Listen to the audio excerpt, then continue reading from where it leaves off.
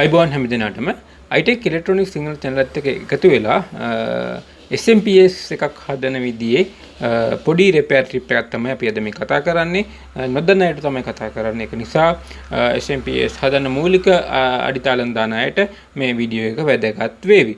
බලමු මම මේ මොකක්ද කියන්නේ කියලා. දැන් මම බලන්නේ මේ SMPS circuit එකේ short circuit එක බලන්නේ කොහොමද කියලා. දැන් ඔයාලා මේ short circuit බලනකොට සාමාන්‍යයෙන් බසර් මූඩ් එක දැම්මොත් ටිකක් ලේසියෙන් බලන්න පුළුවන්. අපි අද කතා කරන්නේ ලේසිම ක්‍රමයකට කොහොමද මේ ෂෝට් සර්කිට් එක බලන්න කියලා. දැන් බසර් මූඩ් එකට මෙන්න මේ විදිහට දැම්මට පස්සේ ඔයාලා මෙන්න මෙහෙම අපි මේක කැපැසිටර් එකට තියද්දි මල්ටිමීටර් මෙන්න මේ ෂෝට් කරලා හරි ඒ කියන්නේ ෂෝට් කරලා හරි බල්බ් එකක් හදලා කැප් එක ඩිස්චාර්ජ් කරලා බලන්න. කැප් එක ඩිස්චාර්ජ් කරාට පස්සේ මල්ටිමීටර් එක මෙන්න මේ විදිහට පින් දෙකකට එකතු කරලා බලන්න තවත් චුටි වෝල්ටේජ් එකක් හරි එකතු වෙලා තියෙනවද කියලා. බලමු අපි මේ කියන්නේ මොකක්ද කියලා. ඔන්න ඔය විදිහට තියලා බලන්න මල්ටිමීටර් එක රීඩින් බලන්න. අන්න ඒ විදිහට ෂෝට් එකක් කියන්නේ මෙන්න මේ විදිහට එනවා නම් මෙතන ෂෝට් එකක් තියෙනවා. බලමු. මෙන්න එහෙම එන්නේ නැත්නම් මෙතන ගැටලුවක් නැහැ. ඔන්න බලන්න. දිගට ෆියුස් යනවා නම් මෙන්න මේ විදිහට බලන්න මෙතන ෂෝට් එකක් කියන්නේ මෙන්න මේ විදිහට ෂෝට් සර්කිට් එකක් පෙන්වනවාද කියලා. එහෙම ෂෝට් සර්කිට් එකක් පෙන්වන්නේ නැත්නම් ගැටලුවක් නැහැ.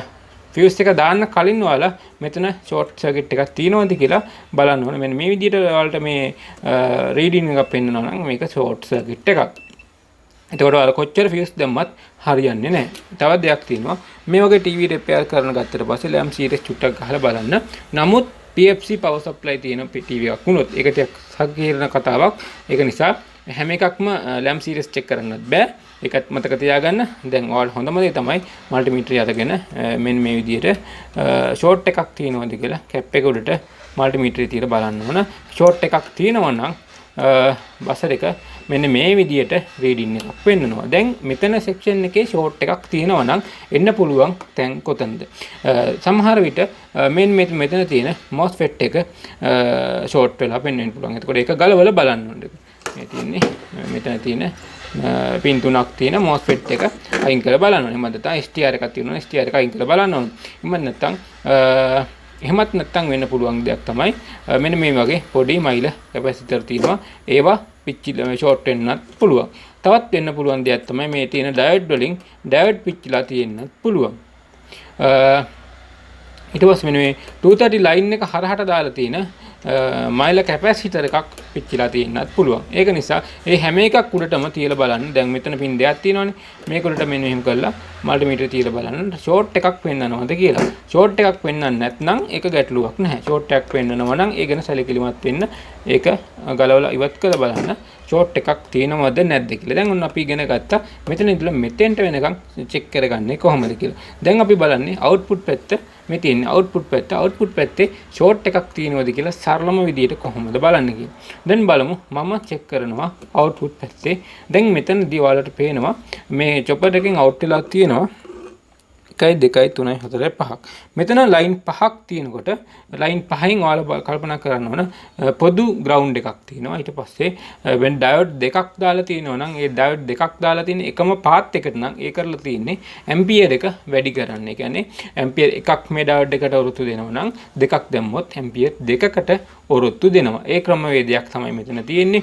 ඒක නිසා ඔයාලා මේ ඩයෝඩ් මාරු කරද්දි මේ දෙන්නෙක් ඉන්නවනම් එකම වර්ගයෙන් මාරු වෙන්න ඕනේ. කියන්නේ මෙයා එක වර්ගයකින් එක ස්ටොක් එකකිනුත් මෙයා තව ස්ටොක් එකකිනුත් දාන්නේ නැහැ. සාමාන්‍යයෙන් දෙන්නම දාන්නේ එකම ස්ටොක් එකකින්. ඒ කියන්නේ එකම ස්ටොක් එකකින් කියලා කිව්වේ එකම කම්පැනියේ නිෂ්පාදිත ඒ කියන්නේ එකම වර්ගය දාන්නේ. ඒක නිසා වෙනස් ඒවා දැම්මත් නිකරුණේ පිච්චෙනවා. ඒවා අපිට අත්දැකීමෙන් එන රිපෙයාර්. ඒ කියන්නේ අපි දානකොට දාන්නේ එකම වර්ගයෙන් තියෙන දෙකක් තමයි දාන්නේ. එකම වර්ගයෙන් කියන්නේ එකම මැනුෆැක්චර් ඩේට් එකක් තියෙන ටයිප් එකක් හරි ඒක තමයි එහෙම නැත්නම් එකම බෝඩ් එකකින් අයින් කරගත්ත දෙකක් හරි තමයි පාවිච්චි කරන්නේ මේ ඩයෝඩ්ස් මාරු කරද්දී. වෙනස් ඩයෝඩ් දාන්නේ නැහැ. එහෙම වුණොත් ඒ ඩයෝඩ් වල අන්බැලන්ස් වීමක් සිද්ධ වෙලා නිකරුණේ පිච්චිලා යනවා. ඒ කියන්නේ මේ දෙන්නම එකාකාරවම වැඩ කරන්න ඕන. දෙන්න දෙපාරකට වැඩ කරොත් එහෙම වුණාම ප්‍රශ්න එනවා. දැන් අපි බලන්නේ මේකේ ෂෝට් සර්කිට් එකක් බලන්නේ කොහොමද. දැන් මේකේ අවුට්පුට් වල මේ තියෙන ඩයෝඩ් මේ ඩයෝඩ් එකක් උඩට අපි මල්ටිමීටර් එක තියෙනවා. බලනවා ෂෝට් සර්කිට් එකක් තියෙනවද කියලා. එක පැත්තකට තියලා බලනවා ෂෝට් එකක් තියෙනවා නම් අනිත් පැත්තට තියලා බලන්න ඕන තියෙනවද කියලා. ෂෝට් එකක් තියෙනවා නම් දෙපැත්තටම එක විදියටම මෙන්න මේ විදියට බසර් එක වදින්න ඕන. රයිට්. අපි බලමු මෙතනත් තියෙනවා මේකේ ෂෝට් එකක් තිබුණේ නැහැ. දැන් බලමු මේකේ තියෙනවද ෂෝට් එකක් කියලා. රයිට්.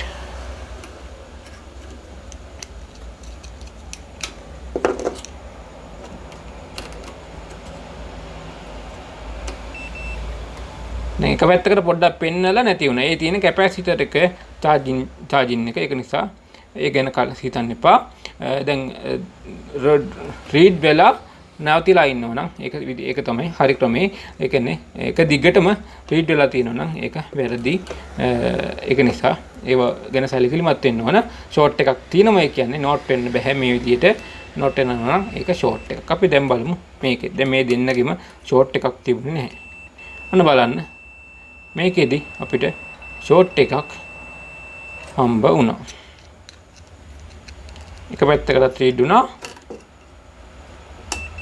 අනිත් පැත්තටත් ඔන්න රීඩ් වුණා. ඒ කියන්නේ මේක ෂෝට් සර්කිට් එකක් තියෙන SMPS එකක්. රයිට්. අපි ඔන්න හොයාගත්ත මේ සර්කිට් එකේ ලෙඩේ මොකක්ද කියලා. අපි දැන් හොයාගත්ත ෂෝට් එක තියෙන්නේ කොතනද කියලා මේ SMPS එකේ මේක ඩයෝඩ් එකක් ෂෝට් වෙලා තිබුණත් මුළු SMPS එකම වැඩ කරන්නේ නැහැ.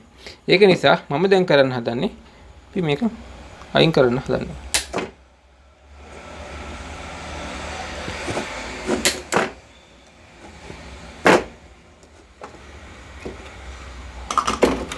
දැන් බලමු මොකක්ද මෙතන උනේ කියලා.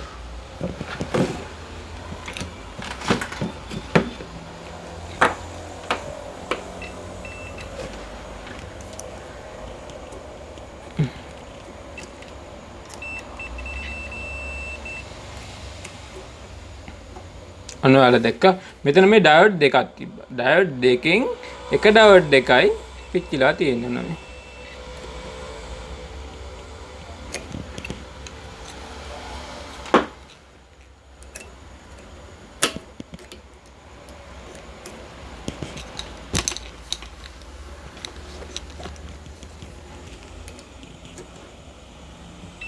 මේ ඩයෝඩ් එක මේ පැත්තට රීඩ් වෙනවා.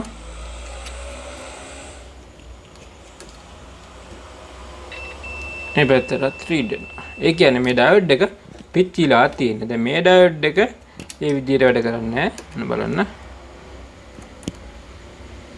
වැඩ කරන්නේ නැහැ.